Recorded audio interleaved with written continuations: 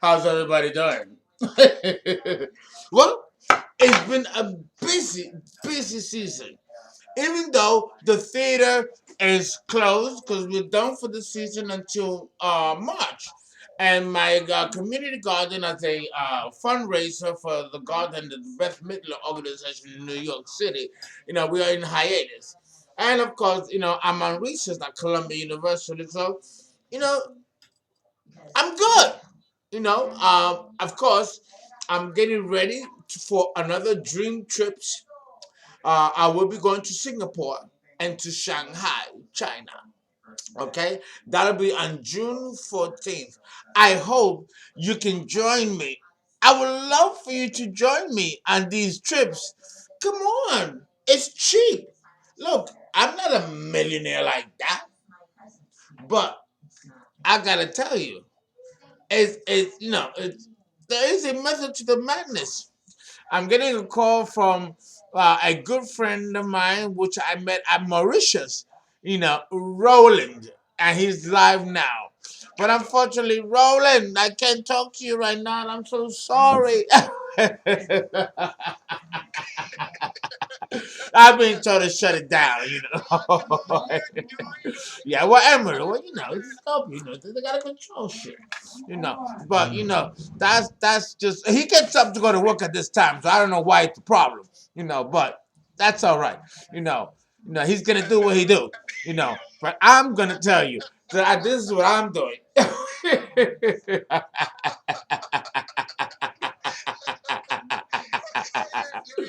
All right, Roland, how are you?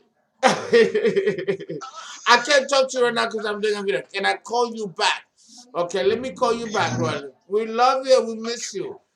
My love to Mauritius.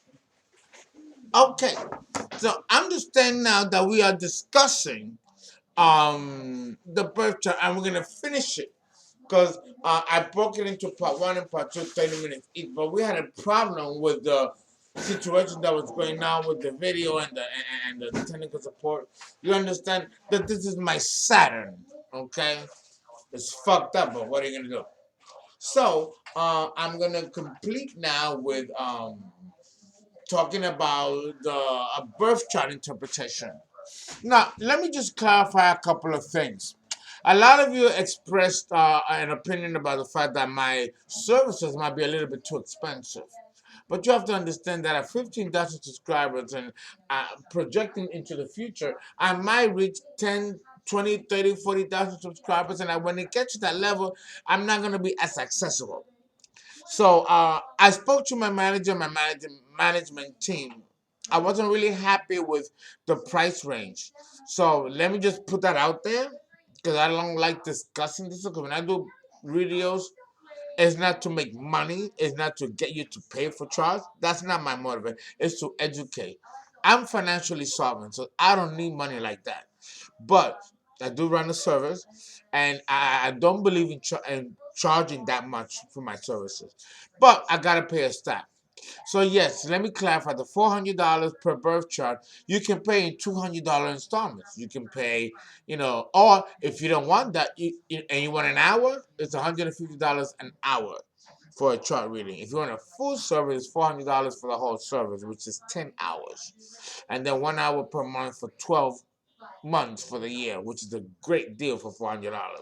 But a lot of people still cannot afford that, and I really cater my services for the middle, for the guy that's the blue collar worker. I'm not catering this business for the white collar workers. I've already done that.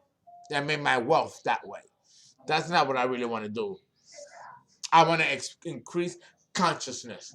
So the $400 is $150 per hour. Now, if you want the $400, I give you 10 hours for that $400 for the entire session of required to do a birth chart. No, but if you cannot afford that, $150 an hour, and okay. So I'm not gonna talk anymore about this because I hate talking about money and prices. I let my management team talk about that. My concern is to educate you, and that at 51 years old, what more money can I want? I already have all the money that I need, so you don't know that.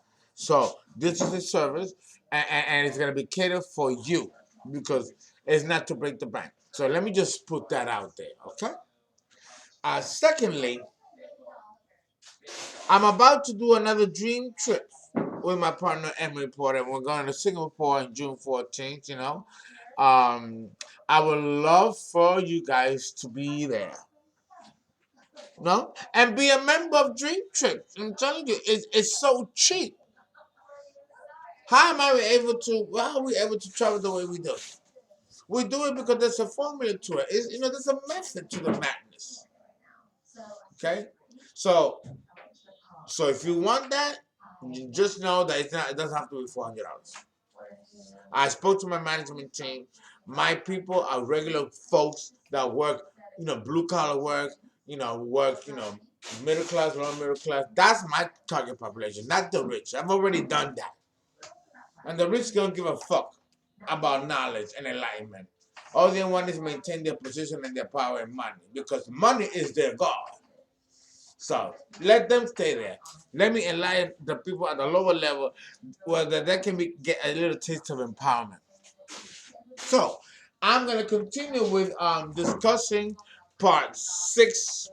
I think it's part 5 or part 6 about an interpretation of a birth chart. And we left off at the 10th house. So I'm going to go from the 10th house to the 12th house and then discuss other personal points of a horoscope. And if you ever want a birth chart, and you need to look at my videos, part 1, 2, 3, 4, 5, 6, or 7 about birth chart. Because then if you don't do that and you request for a couple of $100 for a birth chart, then I have to deal with preliminaries. And then you're not going to get the full benefit of it. You'll have to pay more money to get the real depth of the interpretation because you have to pay for the preliminaries. That's kind of like a ripoff. And I don't want to do that to my subscribers. This is why I'm doing these videos so that you can have the preliminaries of the basic interpretation of a horoscope. And then if you decide that you want more information, then you pay the $400 or $500 to get the birth chart done. And if you cannot afford that, you can do $150 per hour. And I can give you plenty of information for that and continue to give you information without having you to pay more money. Okay? Because I'm not here to break the bank. I want to enlighten you so you can have the empowerment to have control of your own life. I'm not going to be living forever. And one day I'm going to die. And I would love to see from heaven above, below, oh, look, my folk, my people are taking care of business. And they listen to me, and they went and did other things and listen to a second or third source. I'd rather, don't take my word, get a second opinion, third opinion. You're going to find out my opinion is the best. Okay? So, without any further ado, that's it. I want to say thank you to Gail for a $30 combination. My baby brother Bruce Lindstad from Massachusetts who gave me another $45. And all of you who always give me money and support me and support my content. I could not be doing this without you. I could not be running my theater without you and your funds and contribution. So I am committed to you. I want you to know that I am your astrologer. And you have my email address. I hope you do. If not, look at the description box below. I have a lot of stuff in my description box. Don't look at just at my videos. Look at my description box. I give a lot of information there as well. Okay? So, oh God. My nose. I'm very voodoo today. Now, understand that, okay, we're going to go into now the 10th house. The 10th house is the house of Capricorn. It is the point of initiation. It is the north. Okay? It is the north point. It is here where personality and ego dies and spirituality begins to take precedence. But it doesn't happen without a price, and it doesn't happen smoothly. When we reach Capricorn, the 10th house, now, you don't have to be at that level, evolutionarily speaking. But at some point in your life, you're going to reach the 10th house, When we reach the 10th house by progression or secondary progression in the horoscope, we are usually approach age 50. I'm 51. I'm at the 10th house, and all people in my generation are, which means that it is a time of reckoning. It is a time to decide what are we going to do with our lives, and particularly the second half of our lives. The first half of life, which is 50, would have been wonderful, magical, antithetical. I hope it was for you. But if it wasn't, if it was hard, traumatic, difficult, then expect the second half of your life to be a little bit more prosperous and a little bit more redeeming. You have to understand that the universe just doesn't fuck you up and send you down the stream without a paddle. At some point, you are going to reach a plateau where you're going to have to say, is what I'm doing working for me or not? Have I reached a certain level in my evolution where I can move forward and further and evolve higher than the station that was given to me? And those are very valid questions. Those are the questions that you ask when you approach the 10th house, the house of Capricorn, the Earth King or the Earth Queen. It is the point where when we're in school, every quarter, if you remember in high school, you get your report cards. We get 4 report cards before the end of the year. And the report cards are given quarterly, every 3 months. I mean, we don't know that when we're in school, right? But that's really how it is. You get your report card every 3 months. It's a quarter. 3 times 4 is 12. That's the whole year. And if you're doing well, if you're not doing well, and if you're not doing well, you might need some remedial classes, or you might need to do something to improve your condition so you don't get held back, right? That's the concept of school. That is not that much different when it comes to life. And the 10th house represents life, which is similar to the life that we lead when we are institutionalized, like high school, junior high school, or college. These are controlled environments, and they're supposed to be there to help us evolve and reach a level of proficiency that will allow us to function in the material world. That's Capricorn, right? Papa, mama. If you don't got that part together or straight, then we're going to experience the negative side or the demonic side of Saturn, Capricorn. So the 10th house is big business. The 10th house in the horoscope is the career axis, but it also represents the father and the mother. And this makes sense because if you look back sociologically, when you had a son, the father, whatever profession he had, the son will follow the father's profession. That was the way of the 1950s and 60s and 40s, and before we reached the age of revolution, which occurred in the late 60s, the age in which I was born, where we required more than just going to bed, getting up, going to work, having the white picket fence and the 2.5 children and the dog and the cat and the whole lily white, leave it to Beaver or Donna Reed kind of a model, which now is outmoded and outdated, and dealing with the new generation now, that's not the model to follow. These models and templates fall under the 10th house. And it was the norm back in the 1940s, 1930s, 1950s, 60s. Leave it to Beaver, Donna Reed, the picket white fence, no, 9 yards, 2.5 children. That's not the model now. The model now, heading into the Aquarian age of enlightenment and individuality, and sometimes rogue individualism and radical extremism, all of that falls under Aquarius, the incoming age. But how do you make that work and happen if you are still in the Piscean age transitioning to the Aquarian age? There has to be a way to create a balance for that. Okay? That balance is struck in the 10th house.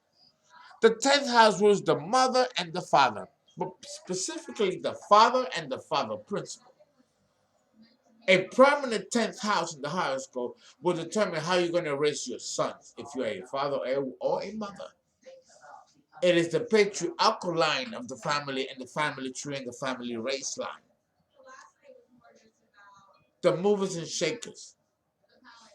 Is that a weak polarity or axis in your chart, or is it a strong one? Are you going to succeed professionally in your chosen profession? And if you're not, and if you won't, why? All of these things are answered in the 10th house, the natural house of Capricorn, the cardinal sign of the Earth King and the Earth Queen.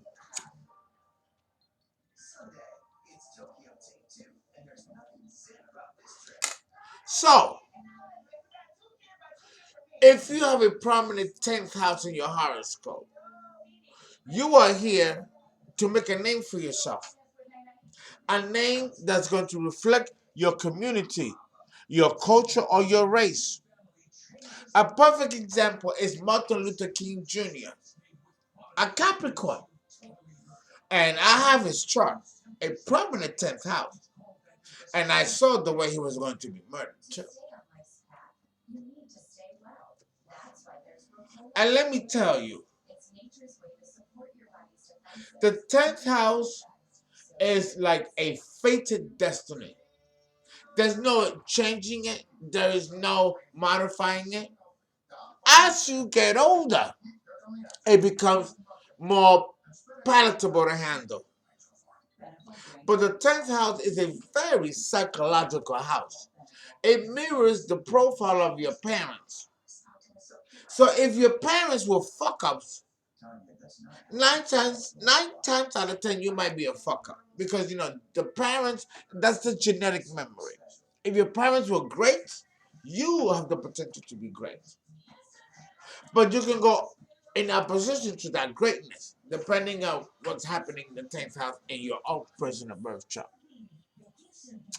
If you are a woman, the men that you're going to marry, the characteristics and personality traits of the men that you're going to marry will be seen in the sign that's in the 10th house. And the rulership of that sign and house placement and the aspects of that sign in the house placement that rules the 10th house will all give an explanation as to how you are going to be perceived, how you are going to behave, and how people are going to handle you and treat you, and how you are going to treat others. So the 10th house is the pinnacle. It is the apex of the pyramid. Okay? So, how do you integrate the demands of the 10th house, which is a cardinal house because it belongs to a cardinal sign, Capricorn? How do you integrate that into the personality of who you are and the ego and make it work for you? Well, the first thing that you have to do is be in psychological awareness of who you are. By the time you reach by age and progression, the 10th house, you should be already in your late 40s to early 50s. At this point, you should know who you are. You should know what you want. And you should have the ability and the means to execute it.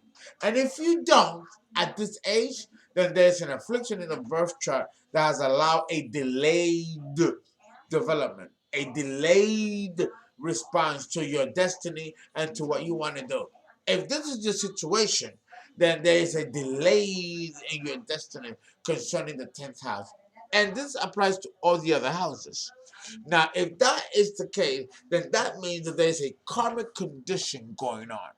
Understand that Capricorn, Saturn, and the 10th house rule karma and karmic conditions.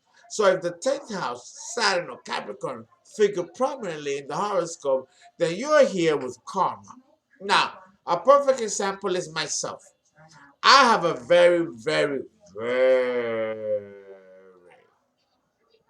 strong karma. I was born on the 19th.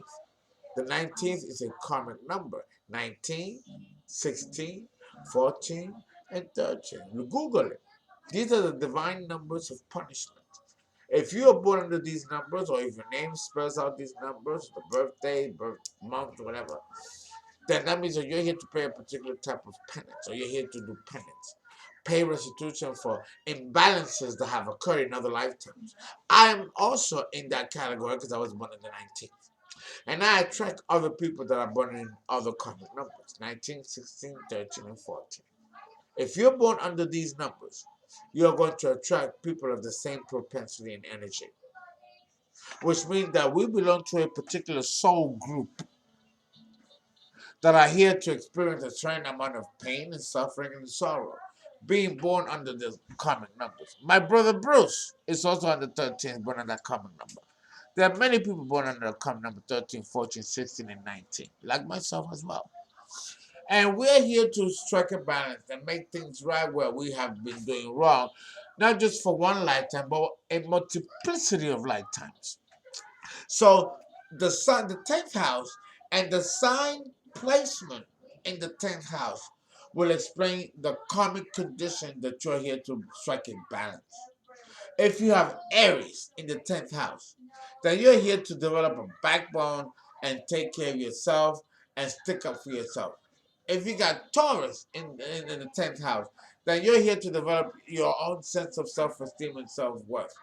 Value yourself, respect yourself, and once you do that, you're gonna make the money and income that you're supposed to make. Because the second house rules money and income and how you make your income. It is a natural house of Taurus, and the 10th house is the house of Capricorn, a trine to Taurus on the second house. So they work together.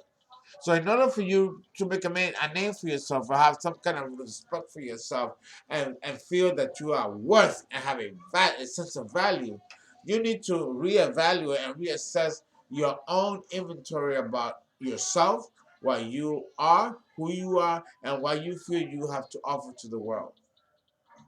If you don't have these, then there's no way that the universe is going to give you the respect, the wealth, and the acumen that you deserve as a Taurus. If you have Gemini in the 10th house, then you're here to do multiple things. Maybe have more than one profession, maybe three professions. Jack of all trades, master of none. But with Gemini in the 10th house, you're jack of all trades and master of all of them. Capricorn is no joke, and neither is Saturn or the 10th house. So depending on the sign that sits in this house will determine your attitude, your approach and methodology in approaching your career and approaching your objectives. Cancer in the 4th house, like I do. I have Cancer in my 10th house. Cancer rules women. And for me to be successful, I'm very successful at YouTube. Thanks to 98% of my clients are women. Cancer rules women. Cancer is in my 10th house of profession and the career. Women have played critical, vital roles in my success in my career. Without women helping me and assisting me, I'd be a nobody.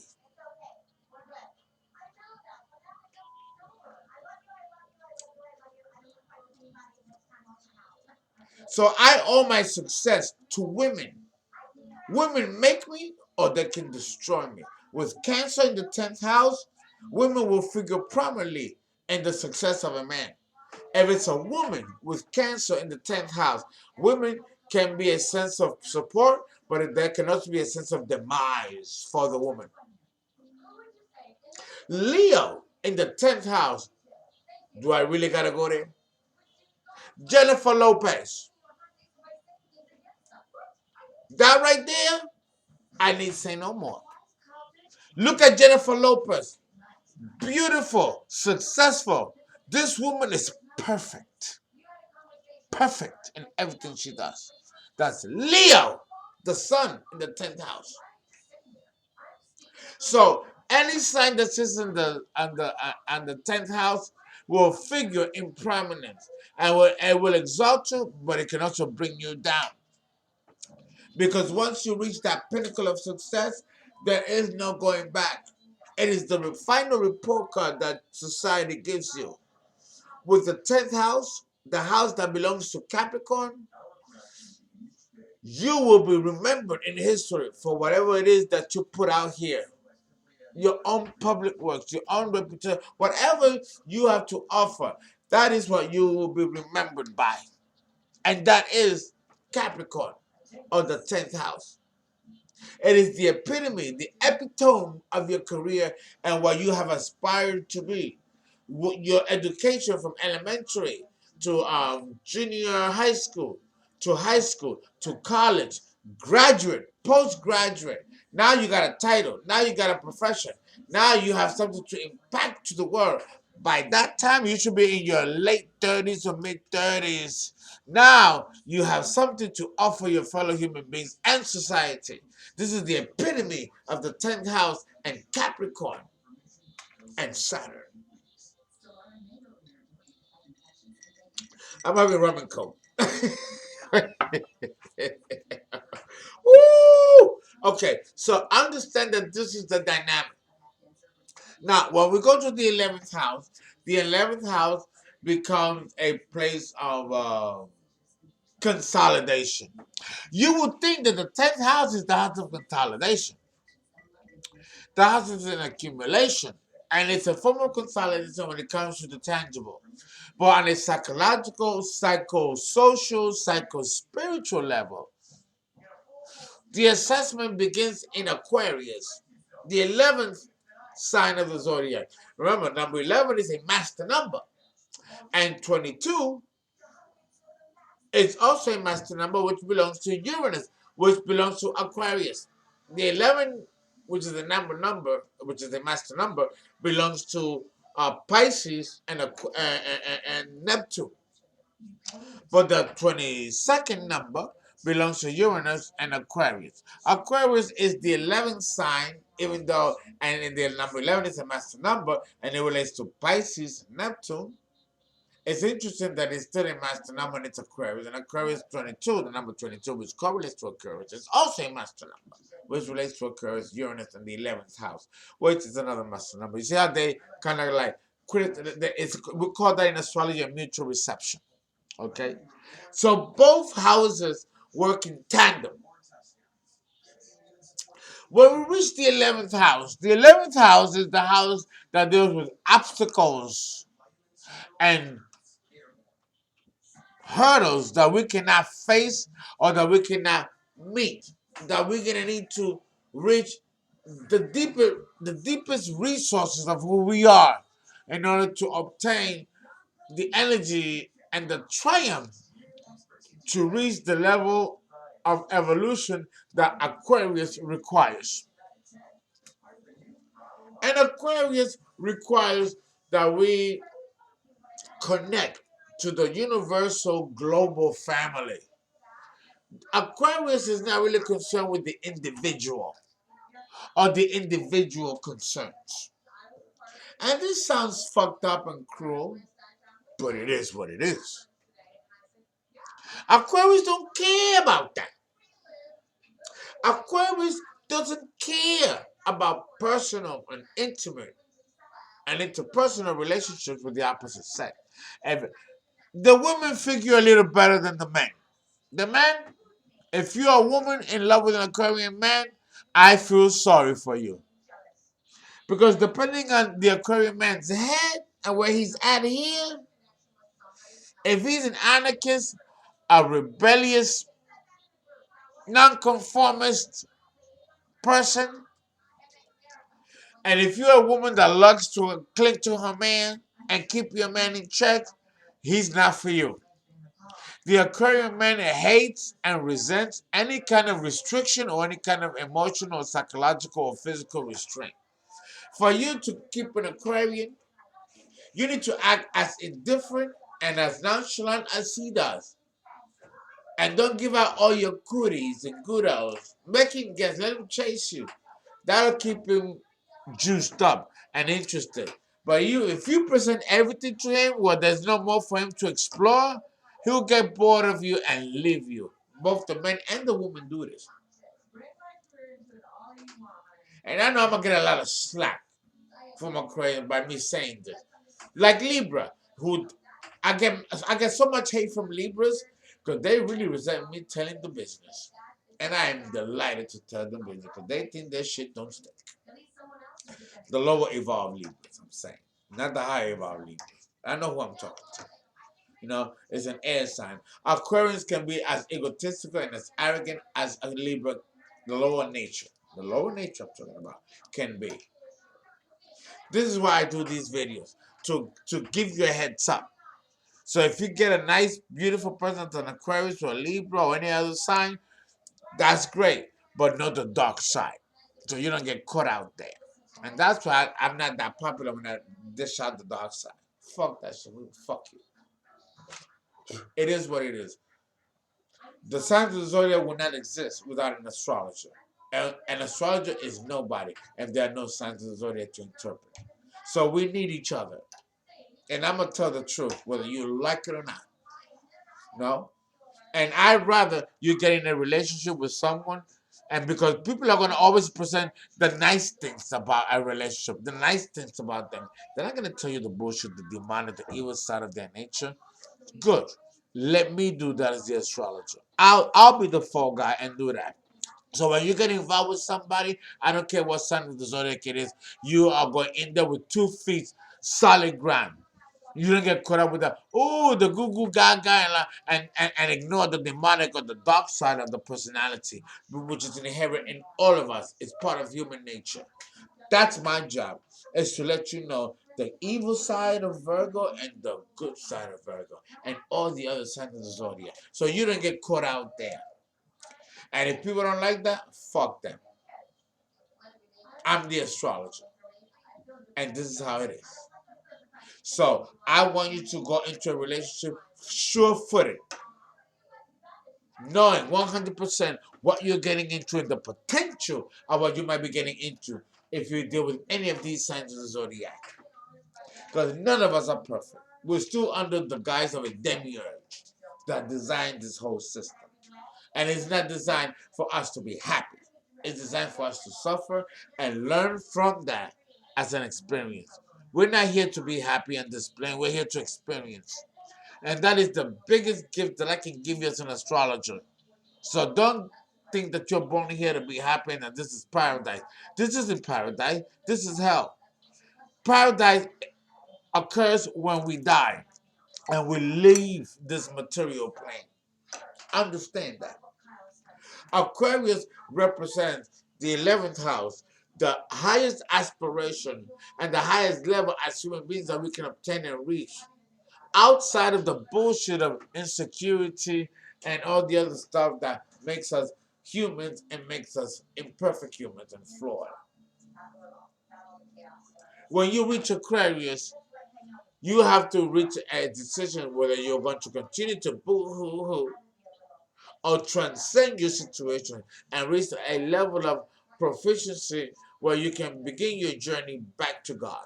And that has to occur on a psychological or psychosocial, psycho-emotional level. For that to occur, you have to surrender your desires and your needs and your wants. You have to strike a balance of neutrality. And that's very hard for people to obtain, especially if you're not at a point of evolution where you can become a better person. Because it really depends where you are in your evolution. Not all of us are in the same batch, evolutionarily speaking. Some of us are new souls, some of us are intermediate souls, some are stragglers, and some of us are advanced. We're all in the same primordial soup. So those of us who are more advanced than others have to pick up the slack for those who are less advanced and less knowledgeable. And that requires a price and energy. And it might be a thankless job. So understand that when we reach the 11th house, we reach a point of dissolution. And also of, well, it is the dissolution. It is a dismantling. Because when you reach the 10th house and you have your profession, you have your career, success, what comes next? What comes after that? The only prospect that's left is death. But think about it. When you reach Aquarius, you're much older. You're in your late 50s, early 60s, even late 60s. Death is knocking on your door. It's time to contemplate death. Remember, the next sign is Pisces, the 12 signs, the last sign of the zodiac. We return back to God. And from there, we decide whether we're going to reincarnate and come back to this hellhole, to the wheel of rebirth, or we are going to remain with God and not come back out. Like it says in the first John in the Bible. He who stands on my right side and withstandeth shall not go back out. What do you think they're telling you in that verse, First John? I'll let you think about that. The wheel of rebirth is hell itself. Because we come back to earth and we lose memory of what happened before. So we get to make the same mistakes again and we never get to evolve. And that's the design of the demiurge, Jehovah, who wants to keep us in that kind of enslavement. I will not speak any further about it.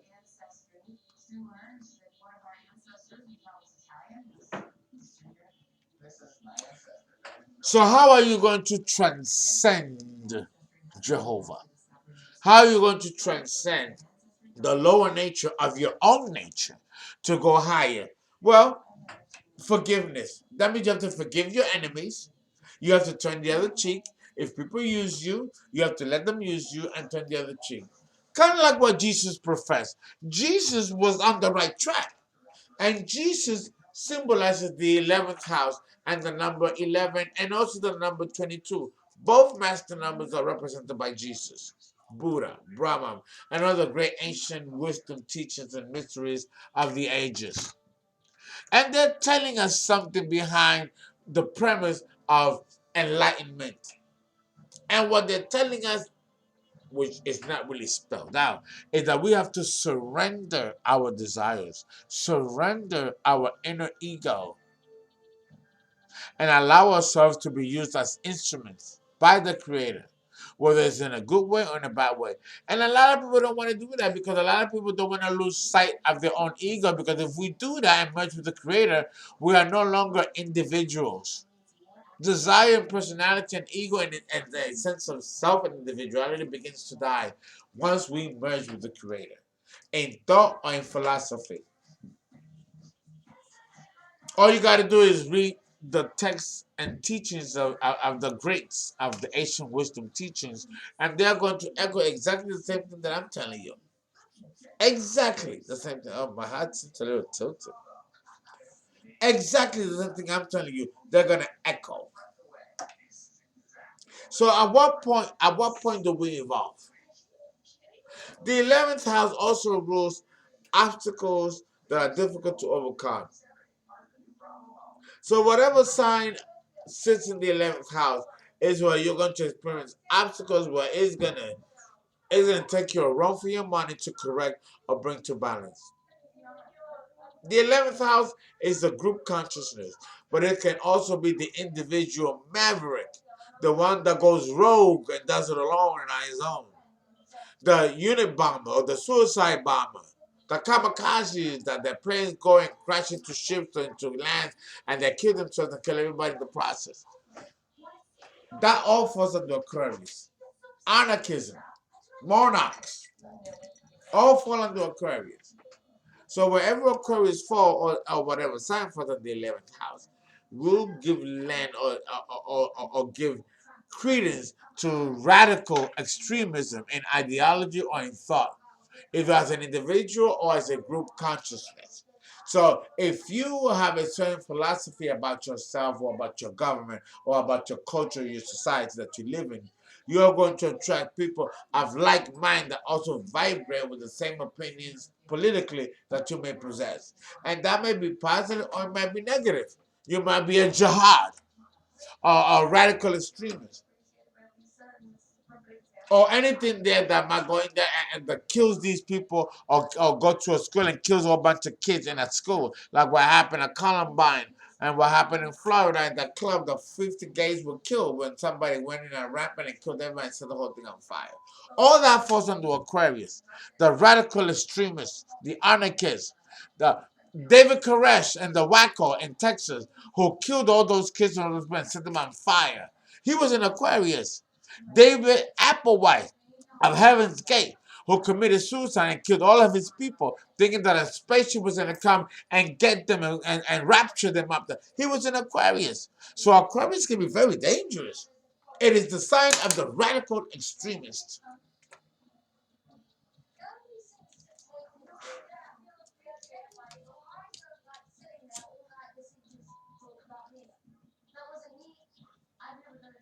So, how does that translate with you or to you? What sign do you have in the 11th house? Where does Aquarius fall in the birth chart? That's going to show your own radical extremism. It might not be on a political level. It might be on a sociological level, on a personal level. It depends how it takes form. For that, you have to have a personal birth chart done to see how that works. And if that's significant enough for you to pay $400 or $150 an hour for a birth chart to find that out, it might not be that deep, but for others, it can be. So understand that the 11th house is a house where you have your rebels, your misfits, and those who are um, not in sync with mainstream society. Donald Trump has a very powerful Uranus, a very powerful Uranus. And he's a radical extremist. Thank God that he's an American. Or he might have been labeled something that would have labeled him a terrorist. Because, he'd be acting something like, come on now. Come on now. So the 11th house is a very powerful house. It is a group consciousness. If you think of David Koresh, not that, well, we discussed David Koresh, but let's talk about Jim Jones. For those of you who are young, you might not know who Jim Jones was. Jim Jones was someone who in San Francisco took 800 people to Guyana and gave them Kool-Aid, poison Kool-Aid, and killed them all. Because the ideology, he convinced people of the ideology that he professed, which was twisted and distorted. But that ideology was followed by 840 people who committed suicide, gave their lives to this fucking man. This is Aquarius. So Aquarius is dangerous. It is the sign of the cult leader. You know? So, depending on your mentality and your ideology, the 11th house and Aquarius and Uranus can be a mixed bag indeed, and it could be an explosive mixed bag. Donald Trump is a Gemini with a very, very powerful Uranus and Aquarius, which explains his radical extremism, his polarization. And trust me, it's by design. It's by design.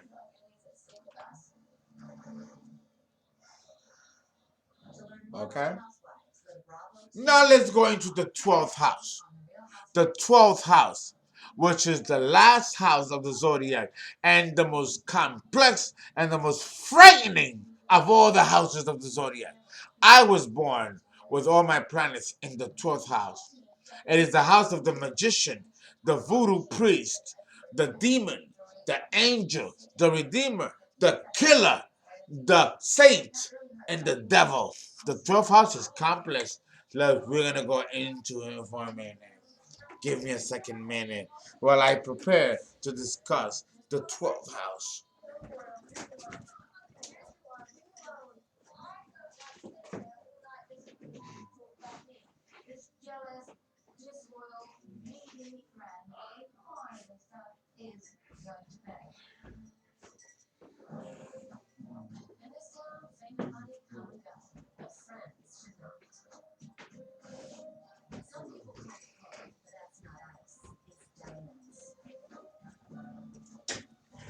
The 12th house rules all kinds of things. Oh Lord, Lord, give us strength.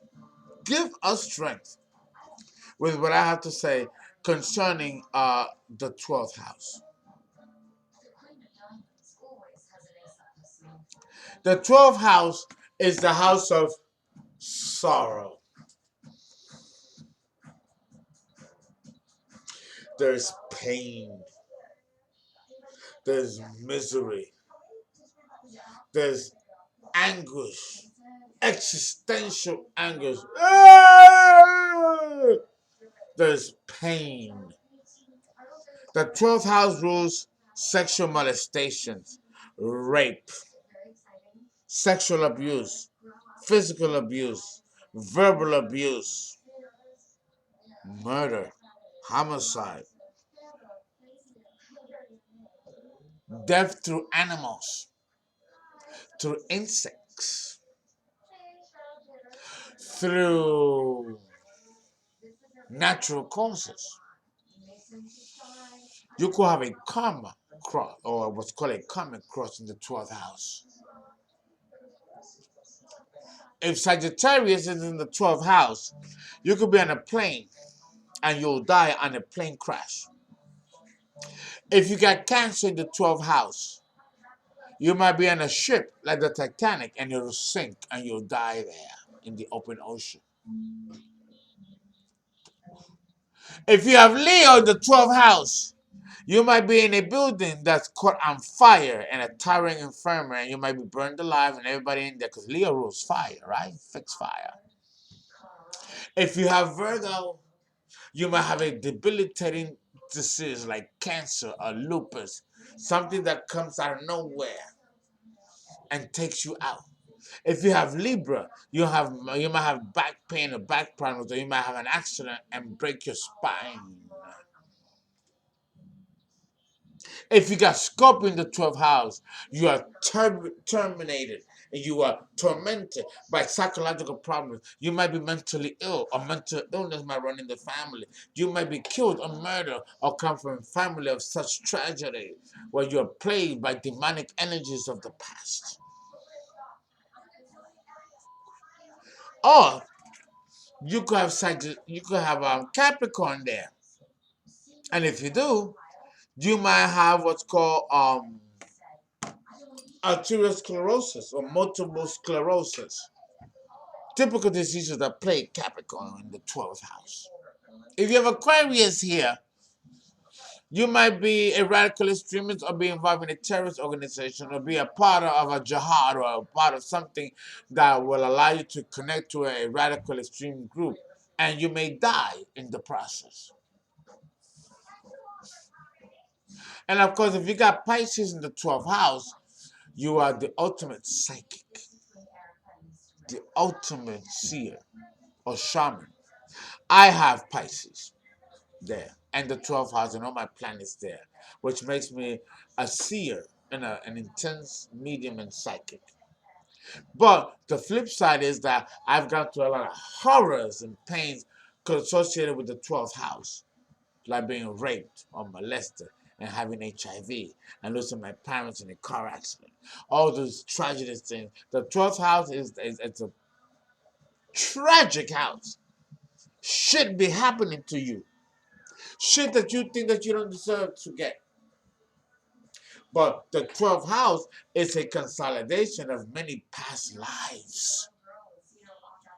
So if you are going through pain and suffering in this life, then you might have done some shit in past lives that the 12th house reflects, which warrants you going through some shit in this life.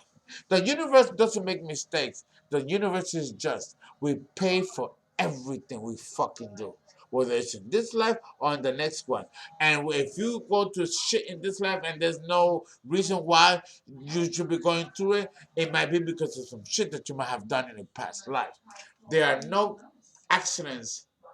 Everything is part of a grand design.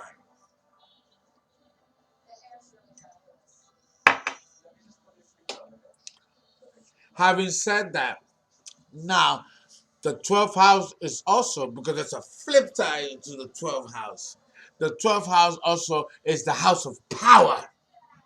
So whatever sign in the zodiac falls in the 12th house is your redeemer. It is the safety net that can pull you out of the situation that you are in, that you think that you have no escape or way out. I'll give you an example. If you have Aries in the 12th house, your salvation is for you to get a backbone. If you got Taurus in the 12th house, then you are here to develop your sense of self-esteem and self-worth. And without that, you'll be destroyed. If you have Gemini in the 12th house, then bitch, nigga, you better open your mouth and speak. Let your voice be heard. Because your voice, like all other voices, are just as valuable. So don't curtail your voice, your right of speech. If you have Cancer in the 12th house, that might be a little bit problematic. You might have cancer in your life, cancer in your bloodline. There might be emotional pain and trauma and tragedy with cancer in the 12th house. You might commit suicide. Phyllis Hyman committed suicide and she had cancer in the 12th. Bernie Madoff, you know Bernie Madoff, his son hung himself, committed suicide in the chandelier of his big mansion. He had cancer in the 12th. Adam Bernie Madoff chart and his son. So, if you got Leo in the 12th house, the love of your life, because Leo represents love and the ultimate romance. You might, the Titanic. You remember the Titanic? Leonardo DiCaprio and the girl, I forgot her name, the actress name, right? He died, and she survived. She saw him drown on the ocean floor. That's Leo in the 12th house. The love of your life dies right in front of you. You're like, ah! If Virgo's in the 12th house, like I also have it, then, let me stop there because it gets more terrifying from there. But health and wellness depends on your own psychological orientation. If you believe in your mind that you're sick, you will be sick. If you are sick, but you believe in your mind that you can cure yourself, you will. That's the power of the 12th house. It's a double-edged sword. And so it's the same way with all the other signs of the zodiac from Libra to Pisces. I won't go further into it, but if you want to know, get a chart done. But understand that the 12th house is the point of no return. And if it does become a point of return, it may be a return in which you may have to repeat things and do things all over again because you didn't learn the first time or the last time. Okay?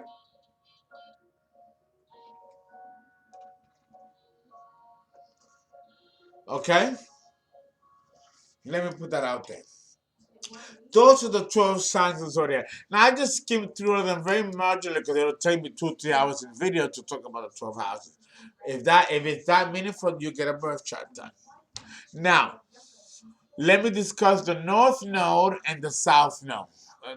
Points in the horoscope. The North Node, wherever it falls in the horoscope, will let me know what you are here to do, what you are here to accomplish.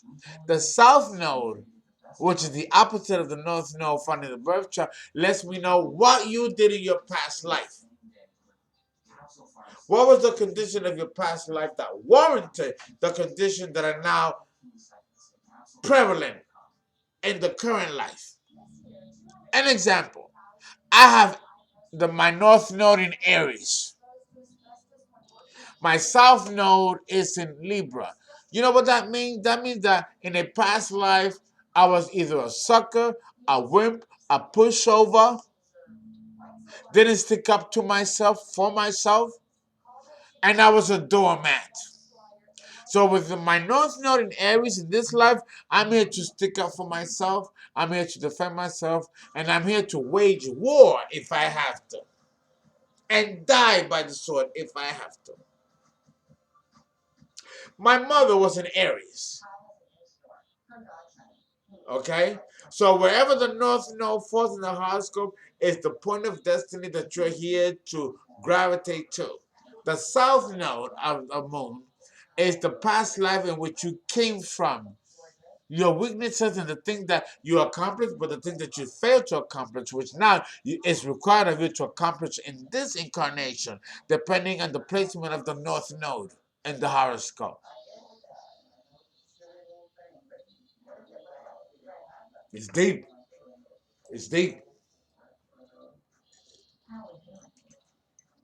The placement of Saturn in comparison to the North and South Node will give clues as to what specifically took place in the former life, which put you in this current life in which now you have to pay restitution and create a point of balance. That's the North and South nodes of the moon.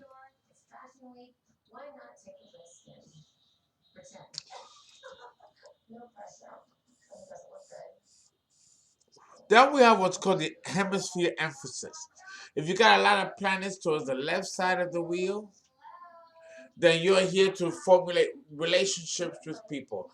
Your husband or wife, boss, partner, even siblings, even platonic friends. And your evolution will spring forward based on your relationship with the people that you make around you.